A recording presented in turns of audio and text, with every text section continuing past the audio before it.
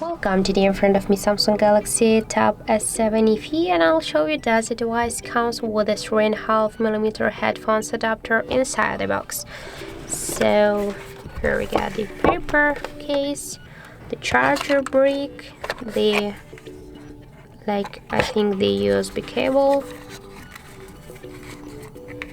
Yep, there's a USB cable here, and the SIM tool with some paperwork inside this box.